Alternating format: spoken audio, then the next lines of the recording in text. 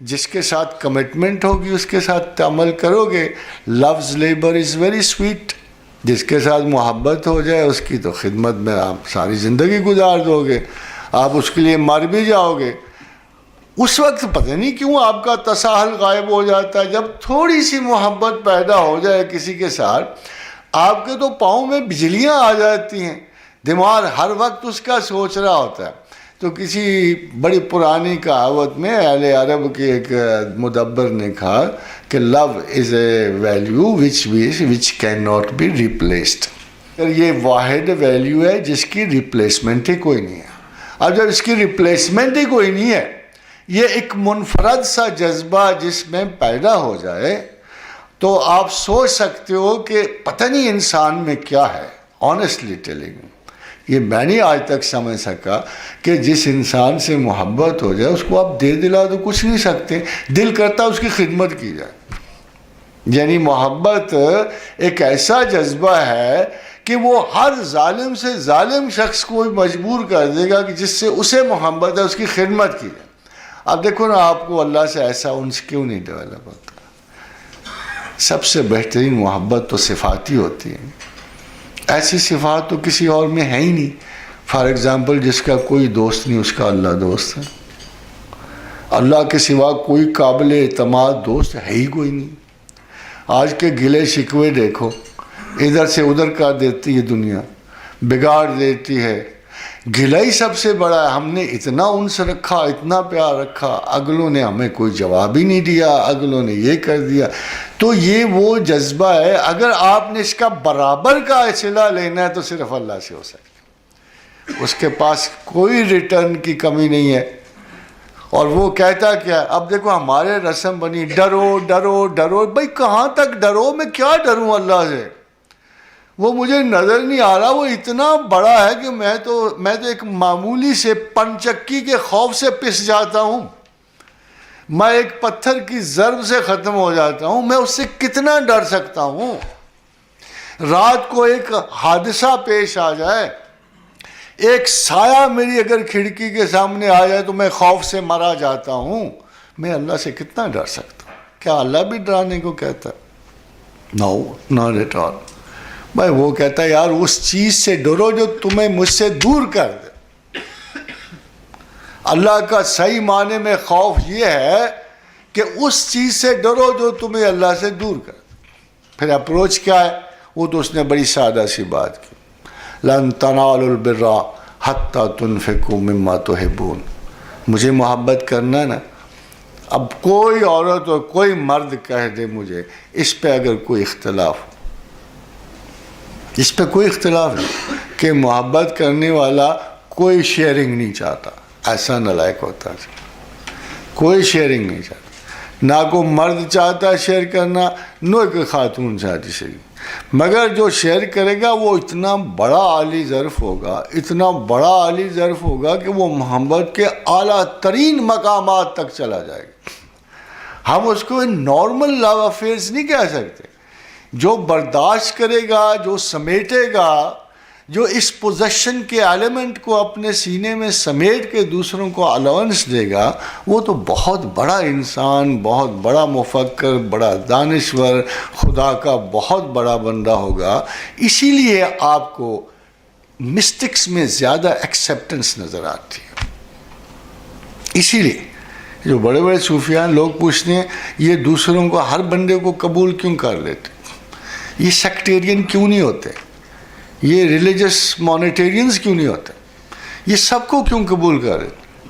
معین الدین کے بعد سکھ کیوں آتے ہیں, ہندو کیوں آتا ہے, مسلمان کیوں آتا ہے, شیعہ سنی کیوں آتا ہے؟ یہ حیران ہو جاتے ہیں.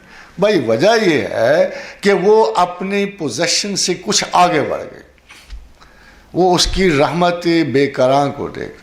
اگر وہاں سے ایشوئنس اتنی کامن ہے, اتنی فراخ ہے, تو پھر ہم کیسے کنجوس ہو سکتے ہیں؟ وہ اسی لیے یہ جو اہل کفر کے بیچ میں بیٹھتے ہیں, یہ بڑے بڑے صوفیاء, وہ اپنے جبری طرز عمل سے کسی کو مسلمان نہیں کرتے.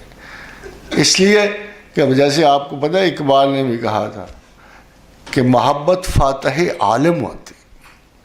اور ان لوگوں کو آپ صحیح محبت کے مراکز تصور کر سکتے ہیں۔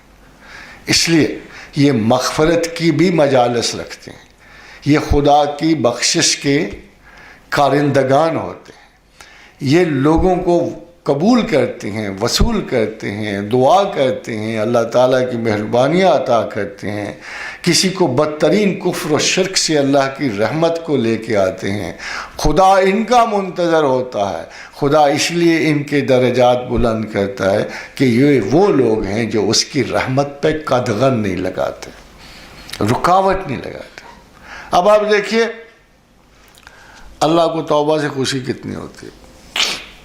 یہ ویسے ہے لطیفہ تھا، مگر یہ الہیاتی لطیفوں میں سے ہے کہ اللہ کے رسول کا ارشاد ہے صلی اللہ علیہ وآلہ وسلم، یہ خوبصورت لطائف میں سے کہ اللہ توبہ سے، بندے کی توبہ سے اتنی محبت رکھتا ہے جیسے اس بدو کی طرح جس کا صحرا میں نا بڑی دور نکل جائے، کوئی چشمہ نہ ہو، پھر اس کے اونٹ پہ پانی لدا تھا، خوراک تھی، سب کچھ تھا، پھر وہ گم ہو گیا۔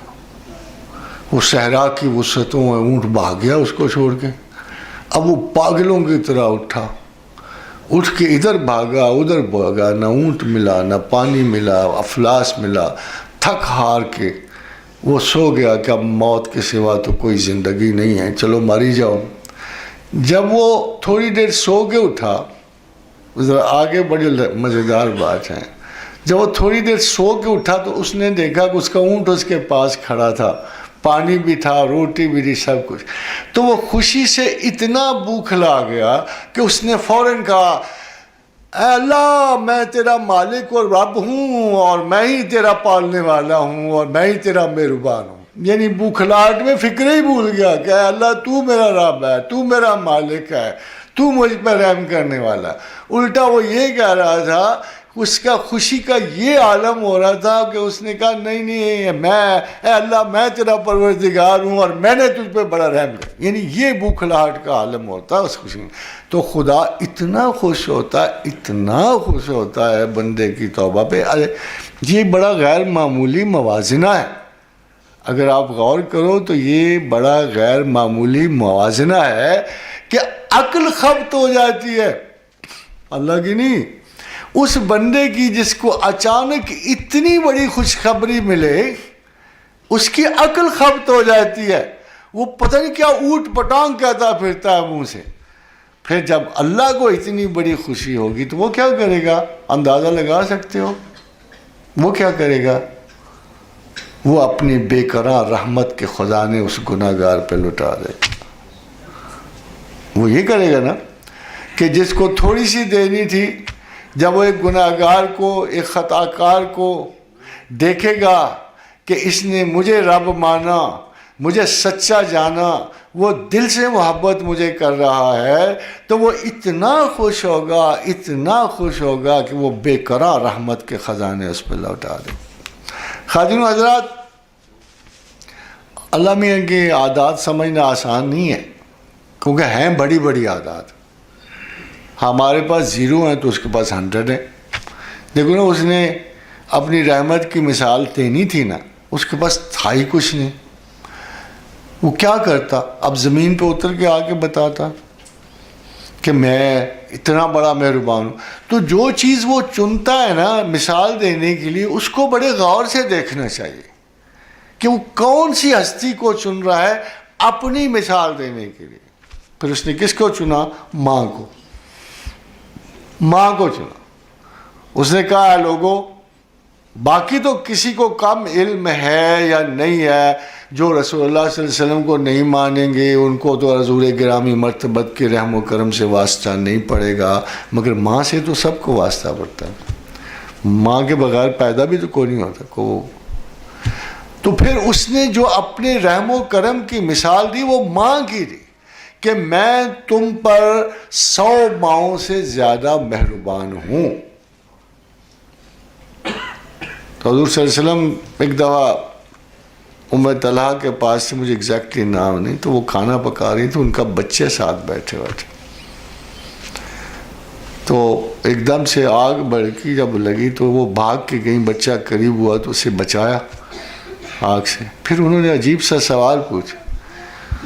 انہوں نے کہا کہ یا رسول اللہ صلی اللہ علیہ وسلم میں تو ایک ماں ہوں, میں نے دیکھا میرا بچہ ذرا سا آگ کے قریب گیا ہے تو میں بھاگ کے گئی اور میں نے اس کو سیفٹی میں رکھا, تو کیا اللہ اس قسم کی مہربانی رکھتا ہے؟ تو حضور نے وہی مثال لوٹا کے کہا اگر تم ماں ہونے کی حیثیت سے اپنے ایک چھوٹے سے بچے کو آگ کی قربت سے بچانے کے لیے اتنی بے چین ہو گئی ہو, تو اللہ جس نے تمہیں پیدا کیا ہے جو 100 ماؤں سے بھی زیادہ, یہ 100 محاورہ تن ہے,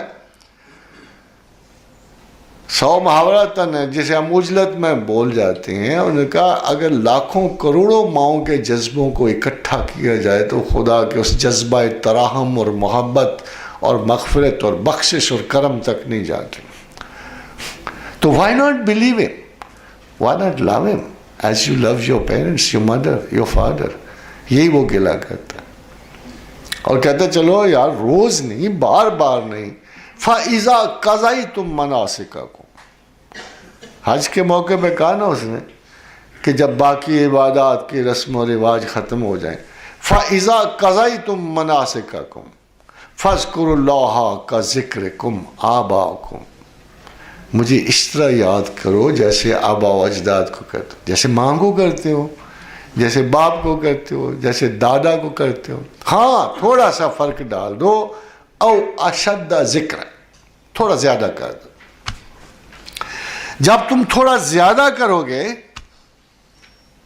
تو مجھے یہ یقین ہو جائے گا کہ میں تمہیں تمہاری ماں سے بھی زیادہ عزیز تر ہوں, باپ سے بھی زیادہ عزیز تر ہوں. میں تمہیں دنیا کے, یہ خدا کا رائٹ ہے نا, حق بنتا ہے نا اس کا.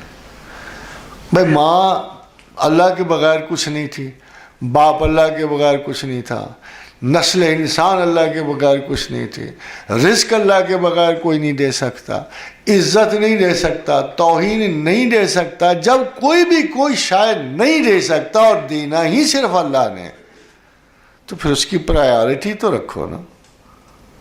بخشش بھی اسی کی, کرم بھی اس کا, زندگی بھی اسی, موت بھی اسی کی, بعد الموت زندگی بھی اسی کی, ارب سال کی مغفرت اور آسانی بھی اسی کی, جنت الفردوس بھی اسی کی, بقائے حیات اسی سے. تو پھر اس کو پراپر ریکارڈ کیوں نہیں دیتے؟ کون سا برین ہے جو پرائیورٹی کو ارینج نہ کرے؟ کون سا ایسا دماغ ہے جس سے یہ ناز ہے کہ وہ بہتر سوچتا ہے اور وہ ایمان رکھ نہ کرو تو ٹھیک ہے, اگر آپ خدا پہ یقین نہ کرو تو ٹھیک ہے, پھر تو آپ کی اپنی زندگی, اپنا انداز ہے, پھر آپ کو انصاف کا گلہ نہیں, کسی چیز کا کوئی گلہ نہیں. بھائی ایک شخص میرے پاس آتا ہے, کہتا ہے جی یہ اللہ انصاف نہیں کر رہا. میں کہتا تم اللہ کو مانتے ہو؟